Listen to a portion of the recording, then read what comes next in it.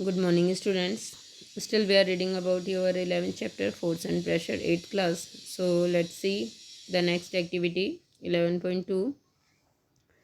Now, we will see the force are due to an interreaction. इसका मतलब ये हुआ कि फोर्स जो है वो इंटररिएक्शन या अन्योन्य क्रियाएं आपसी क्रियाओं के कारण होते हैं, यानी कोई ना कोई क्रिया दो वस्तुओं के बीच में होनी चाहिए तभी फोर्स लगेगा. So, for the understanding, we will do some activities. Suppose a man is standing behind a stationary car. ठीक है, ये कह रहे हैं कि एक इंसान जो है वो एक स्थिर कार के पीछे खड़ा है, एज लाइक फिगर 11.2 ए की तरह. ठीक है, will the car move due to his presence, क्या उसकी उपस्थिति में कार जो है वो गति कर पाएगी. Suppose the man now begins to push the car. अब इमेजिनेशन कीजिए या सपोज कीजिए कि इंसान जो है वो कार को धक्का देना पुश करना शुरू कर देता है, as like figure 11.2 B. That is he applies a force on it. अब इंसान जो है या मनुष्य जो है वो कार पे बल लगा रहा है धक्का देने के द्वारा. द कार में being to move in the direction of the applied force. अब कार जो है वो धक्का लगने की दिशा में गति करेगी. देखिए फिगर 11.2 बी में देखिए किस तरह से एक जो पर्सन है वो कार पर फोर्स अप्लाई कर रहा है, उसको धक्का दे रहा है. ठीक है, note that the man has to push the car to make it move. देखिए किस तरह से इंसान ने पुश किया कार को चलाने के लिए. अब फिगर 11.3 देखिए ए, हु इज़ पुशिंग होम, कौन किसको धक्का दे रहा है. दो गर्ल्स हैं इसके अंदर और वो दोनों क्या कर रही हैं देखिए आप, है ना. Shows 3 situation that may be familiar to you. 3 situation दिखाई गई है जिससे आप फैमिलियर हैं. फर्स्ट ये है, सेकंड ये है जिसमें दो गर्ल्स हैं और थर्ड ये है.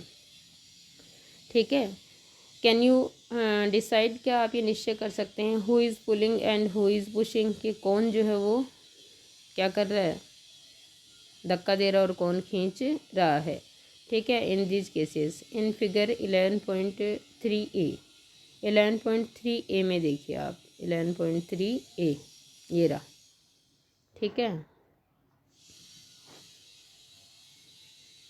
In figure 11.3 A both the girls appear to push each other. इसके अंदर दोनों लड़कियां जो हैं वो एक दूसरे को पुश कर रही हैं, धक्का दे रही हैं. ठीक है, other will the pair of girls in figure 11.3 B are trying to pull each other. जबकि 11.3 चित्र 11.3 बी में दोनों लड़कियां एक दूसरे को खींचने का प्रयास कर रही है. Similarly the cow and the man in figure 11.3 C appear to pull each other. इसी तरह देखिए 11.3 सी में गाय बैल और इंसान जो है वो एक दूसरे को खींच रहे हैं.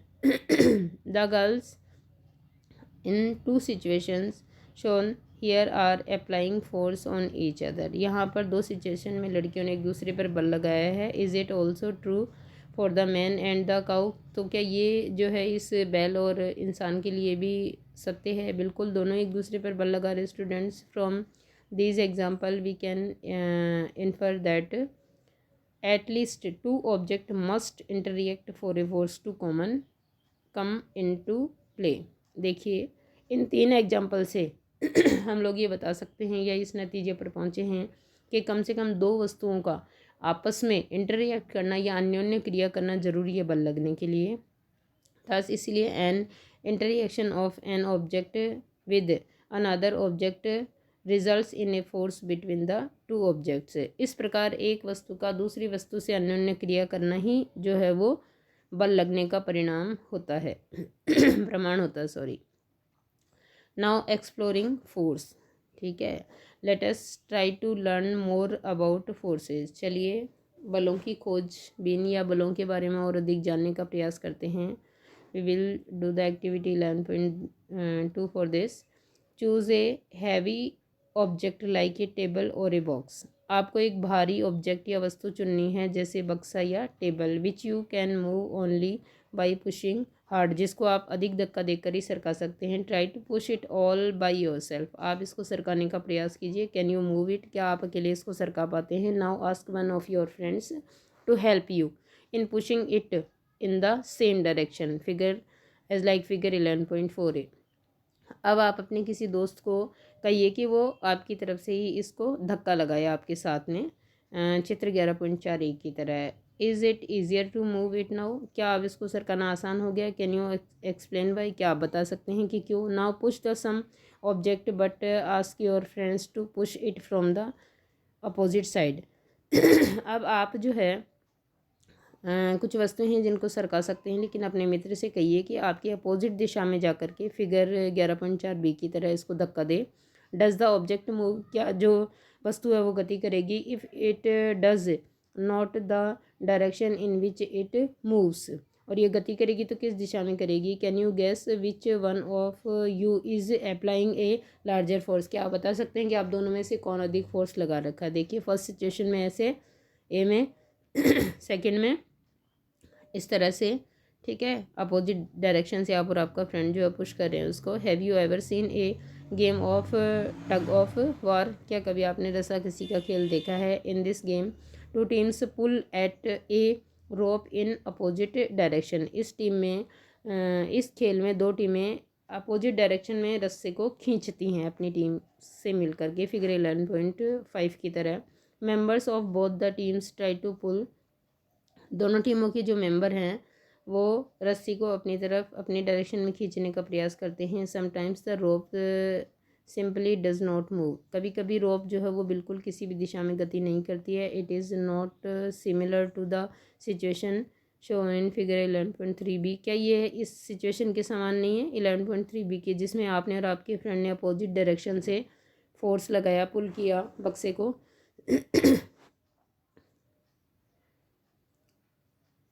The team that pulls harder, that is applies a larger force, finally wins the game, जो टीम अधिक बल लगाती है रस्साकसी के खेल में वही लास्ट में विजयी होती है। What do these examples suggest about the nature of force, इससे हमें बल की प्रकृति के बारे में क्या पता चलता है। Students, force applied on a object in the same direction add to one another, एक ही दिशा में लगने वाले बल हमेशा जुड़ जाते हैं, ठीक है, इंक्लूड हो जाते हैं एक दूसरे से। Now recall what happen when you and your friend pushed the heavy box in the same direction in activity 11.2, याद कीजिए एक्टिविटी 11.2 में आपने और आपके दोस्त ने जब सेम डायरेक्शन से बक्से को धकेला था तो क्या हुआ था। If the two forces act in the opposite direction on a object, और जबकि अगर दो बल अपोजिट डायरेक्शन या विपरीत दिशा से एक वस्तु पर कार्य करते हैं, then the net force acting on it is the difference between the two forces, तो वस्तु पर लगने वाला नेट बल जो है वो दोनों बलों का अंतर होगा। Like you applied on a box 10 newton force and your friend applied 5 newton force only from the opposite direction, तो the total force will be done on the object is only 5 newton, है ना, क्योंकि दोनों opposite direction से लग रहे हैं तो डिफरेंस ही उनका काम करेगा, माइनस हो जाएगा। What did you observe in activity 11.2, 11.2 में आपने क्या ऑब्जर्व किया एक्टिविटी में। When both of you were pushing the heavy box from opposite direction, जब आप जो है भारी बक्से को अपोजिट डायरेक्शन से धक्का दे रहे थे। Recall that in the tug of war when two teams pull equally hard the rope does not move in any direction, और इसी तरह रस्साकसी के खेल में देखिए जब दोनों टीमें बराबर बल लगा रही थी तो किसी भी दिशा में रस्से ने गति नहीं की, ठीक है। So we learn that a force could be larger और स्मॉलर देन द अदर और इक्वल टू ईच अदर, देखिए इसलिए हम कह सकते हैं कि जो बल हैं वो एक दूसरे के समान हो सकते हैं, एक दूसरे से बड़े छोटे हो सकते हैं, ठीक है। The strength of a force is usually expressed by it magnitude, ठीक है, किसी भी बल की जो मात्रा है या उसका प्रभाव है वो उसके परिमाण से ही शो होता है। We have also to specify the direction in which a force acts. Also, if the direction of the magnitude of the applied force changes, its effect also changes. यदि किसी बल का प्रभाव परिमाण और दिशा बदल दी जाती है तो उसके प्रभाव भी बदल जाते हैं. व्हाट सेज पहली, does it mean that the net force on a object is zero if the two forces acting on it in opposite direction are equal. पहले कह रही है इसका मतलब ये हुआ कि यदि किसी वस्तु पर दो विपरीत दिशाओं से समान बल कार्य करते हैं तो उसके ऊपर लगने वाला जो प्रभावी बल है वो क्या होगा, शून्य होगा, ऑफकोर्स होगा. In general more than one force may be acting on a object. एक वस्तु पर एक से अधिक बल कार्य कर सकते हैं. However the effect on the object is due to the net force acting on it. फिर भी वस्तु के ऊपर जो नेट फोर्स है या जो नेट बल है वही कार्य करेगा. ओके स्टूडेंट्स, और यहाँ से आप क्या करेंगे, all the activity you will do in your notebook as today's homework. Your next topic from your next in your next video on tomorrow. Okay students.